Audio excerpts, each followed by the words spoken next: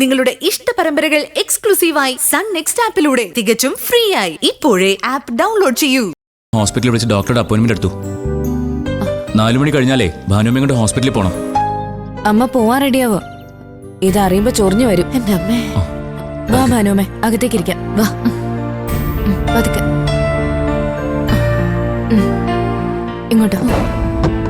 ഇവിടെ ഇരിക്കാം.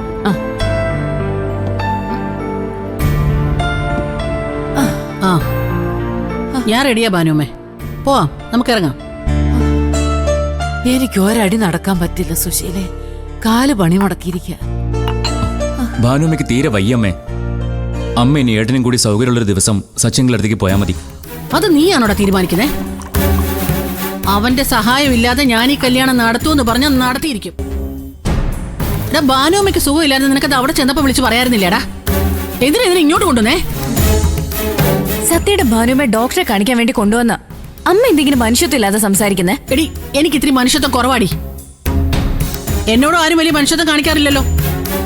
പിന്നെ ഞാൻ എന്തിനാ മറ്റുള്ളവരോട് ദയ കാണിക്കുന്നേ?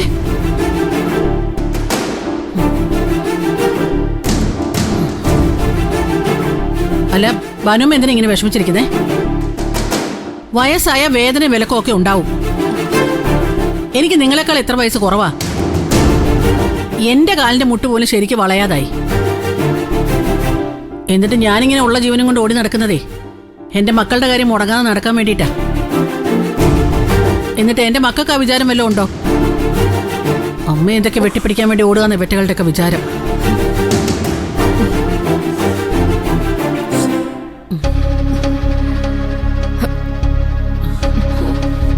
നല്ല വേദനയുണ്ടോ? എന്നാ വാ, മുറിയിലോട്ട് വന്ന് കിടക്ക്. എണീറ്റ് വാ, പതുക്കെ എണീക്ക്. വേണ്ട, ഞാൻ ഇവിടെ ഇരുന്നു. അതൊന്നും പറഞ്ഞാൽ പറ്റില്ല. എണീറ്റ് വാ, വന്നേ, എണീക്ക്.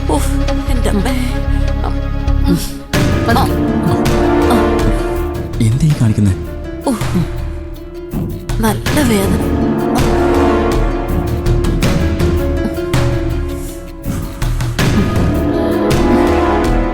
ഇത്ര വയ്യെങ്കിൽ വീട്ടിൽ ഇരുന്നാ പോരെ ഭാനുമ്മേ?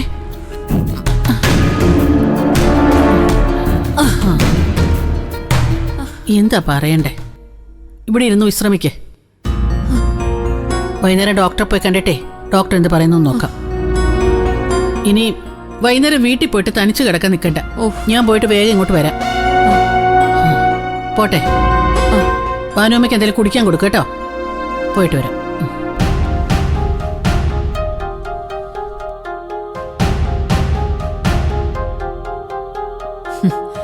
പിശുക്കന്റെ കയ്യിലെ ഭണ്ഡാരം പോലെയാ സുശീലയുടെ മനസ്സ്. അതിനെ സ്നേഹത്തിന്റെ ഒരു നാണയം പുറത്തെടുക്കുന്നത് ഇതുപോലെ എപ്പോഴെങ്കിലും ഒരു നിമിഷത്തിൽ മാത്രമായിരിക്കും.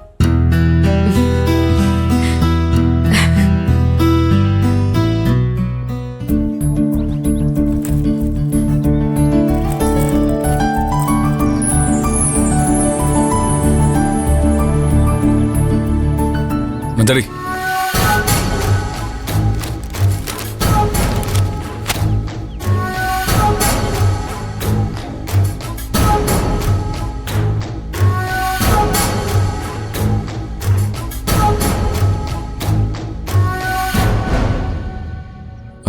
മഞ്ചാടി, ദയക്ക് പൈസ കൊടുത്തല്ലോ അല്ലേ? ആ, കൊടുത്തു. അല്ല മഞ്ചാടി, ഈ 2000 രൂപയുടെ ആവശ്യം എന്താന്ന് പറഞ്ഞില്ലല്ലോ? ആവശ്യം എന്താണെന്ന് പറഞ്ഞിട്ട് തന്നെയാ ദേച്ചി എനിക്ക് പൈസ തന്നത്. അല്ല, അതൊക്കെ തേയുടെ പൈസ നമ്മൾ തിരിച്ചു കൊടുത്തല്ലോ. എനിക്ക് ചെലവാകുന്ന പൈസക്ക് എനിക്ക് കണക്ക് വെച്ചല്ലേ പറ്റൂ. അമ്മ വരുമ്പോൾ വരവ് ചെലവ് കണക്കുകളൊക്കെ ബോധിപ്പിക്കണം. അതാ. അല്ല, എന്നുവെച്ചാൽ നീ നിന്റെ ആവശ്യങ്ങളൊന്നും മാറ്റി വെക്കണ്ട. ന്യായമായ എന്ത് ആവശ്യത്തിനും മക്കൾക്ക് പൈസ കൊടുക്കണമെന്നാ അമ്മാവന്റെ ഓർഡർ. ഞാൻ വാങ്ങിയ 2000 രൂപയുടെ കണക്ക് അച്ഛൻ വരുമ്പോ ഞാൻ നേരിട്ട് ബോധിപ്പിച്ചോളാം. അത് പറ്റില്ല മഞ്ചാടി. നിന്റെ അച്ഛൻ തിരിച്ചു വരുന്നതിന് മുമ്പ് നിനക്ക് വീണ്ടും കാശിന് ആവശ്യം വന്നാ അത് ഞാൻ തന്നെ തരണ്ടേ? അപ്പൊ കണക്കുകളൊക്കെ ഓർഡറിൽ തന്നെ എഴുതി പോണം മഞ്ചാടി. മഞ്ചാടി, നിന്റെ ആവശ്യങ്ങൾ രഘുവേട്ടനോട് പറയുന്നതിന് എന്താ മഞ്ചാടി? എല്ലാത്തിനും ഒരു കണക്ക് വെക്കുന്നത് നല്ലതല്ലേ? ഞാൻ എന്റെ ക്ലോസ് ഫ്രണ്ട്സിന് ചെറിയൊരു പാർട്ടി കൊടുക്കാൻ വേണ്ടിയാ 2000 രൂപ ചെലവാക്കിയത്. അത്രേ ഉള്ളു കാര്യം. അല്ല, അപ്പൊ ഇന്നലെ കോളേജ് വിട്ട ശേഷമായിരുന്നു പാർട്ടി അല്ലേ? അതെ. അതുകൊണ്ടാ വീട്ടിലെത്താൻ കുറച്ച് ലേറ്റായ. ഇനി എന്തെങ്കിലും അറിയണോ? നിന്റെ ചോദ്യം കേട്ട വേറെന്തോ കൂടി പറയാൻ ബാക്കിയുള്ളത് പോലെ ഉണ്ടല്ലോ. ഞാൻ പറഞ്ഞില്ലെങ്കിലും രഘുവേട്ടന്റെ കാതിലെല്ലാം കൃത്യമായിട്ട് എത്തുന്നുണ്ടെന്ന് എനിക്കറിയാം. എന്നെ നീ നോക്കി പഠിപ്പിക്കൊന്നും വേണ്ട. ഇന്നലെ നീ കോളേജിൽ നിന്ന് വന്നത് ഒരു പയ്യന്റെ ബൈക്കിൽ തന്നെയാണല്ലോ എന്ന് രഘുവേട്ടൻ തന്നെയാ എന്നോട് ചോദിച്ചത്. കല്യാശ്ശേരിയിലെ പുതിയ അവകാശികളെ പരിസരവാസികൾ സൂക്ഷ്മമായി നിരീക്ഷിക്കുന്നുണ്ട്.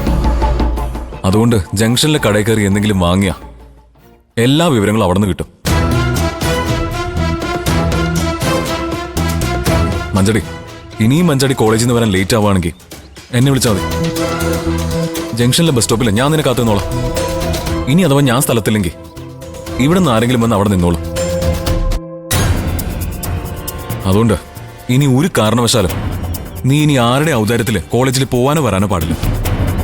ഇത് ആരുടെ ഔദാര്യമൊന്നുമല്ല. അർജുൻ എന്റെ ഫ്രണ്ടാ. അവന്റെ വീട് ഈ വീടുമായിട്ട് 4 കിലോമീറ്റർ ഡിസ്റ്റൻസേ ഉള്ളൂ. അപ്പൊ അവൻ കോളേജിൽ നിന്ന് വരുമ്പോ അതിന്റെ കൂടെ ഞാനും വരുന്നേ ഉള്ളൂ. അതിനി വേണ്ടെന്ന് ഞാൻ പറഞ്ഞേ. ഒരിക്കൽ എക്സ്കർഷന് പോയ വണ്ടി മിസ്സായപ്പോ അവരുടെ അടുത്തേക്ക് എത്തിച്ചേരാന്ന് പറഞ്ഞ ജീവൻ രാജ് നിന്നെ കാറി കയറ്റി കോവളത്തേക്ക് കൊണ്ടുപോയത്. മതി. ഒരിക്കലൊരു അബദ്ധം പറ്റിയെന്ന് വെച്ച് എപ്പോഴും അത് തന്നെ പറഞ്ഞ് എന്നെ തളച്ചിടാനൊന്നും ആരും നോക്കണ്ട. ഞാൻ അതിൽ അറിഞ്ഞുകൊണ്ട് ഒരു തെറ്റും ചെയ്തിട്ടില്ല. തെറ്റ് ചെയ്തവരെ കോടതി ശിക്ഷിക്കും. ആ സംഭവം വെച്ച് എന്നെ ആരും വിലയിരുത്തുന്നത് എനിക്കിഷ്ടമല്ല.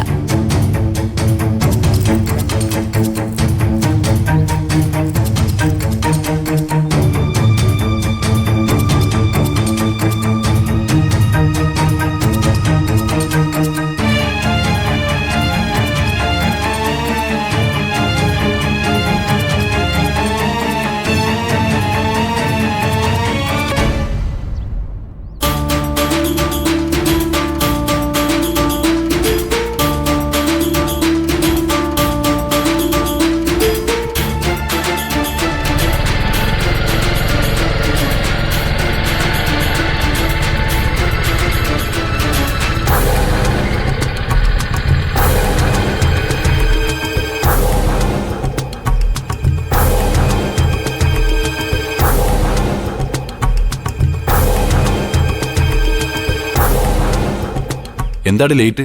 പെട്ടെന്ന് കേറ്. വേണ്ട അർജുനെ, ഞാൻ നിന്റെ കൂടെ വരുന്നില്ല. അതെന്താ? നീ പറഞ്ഞിട്ടല്ലേ ഞാൻ ഇത്ര ദൂരം വണ്ടി ഓടിച്ചു വന്നത്? അതെ, പക്ഷെ ഇനി ആരുടെയും ബൈക്കിൽ കയറി പോരുതെന്നാ രഘുവേട്ടന്റെ ഓർഡർ. ഇന്നലെ കോളേജിൽ നിന്ന് എത്താൻ താമസിച്ചില്ലേ, അതിന്റെ കലിപ്പ. ഇന്നലെ ഫ്രണ്ട്സിനെ ട്രീറ്റ് കൊടുത്തോണ്ടാണെന്ന് പറഞ്ഞില്ലേ? അതൊക്കെ ഞാൻ പറഞ്ഞു. പുള്ളിക്കാരൻ അച്ഛന്റെ ഡ്യൂട്ടി കൂടെ ഏറ്റെടുത്തിരിക്കുക. നീ വേഗം പോയിക്കോ. പുള്ളിക്കാരൻ കണ്ടാൽ നിന്നോട് കൊടുക്കും.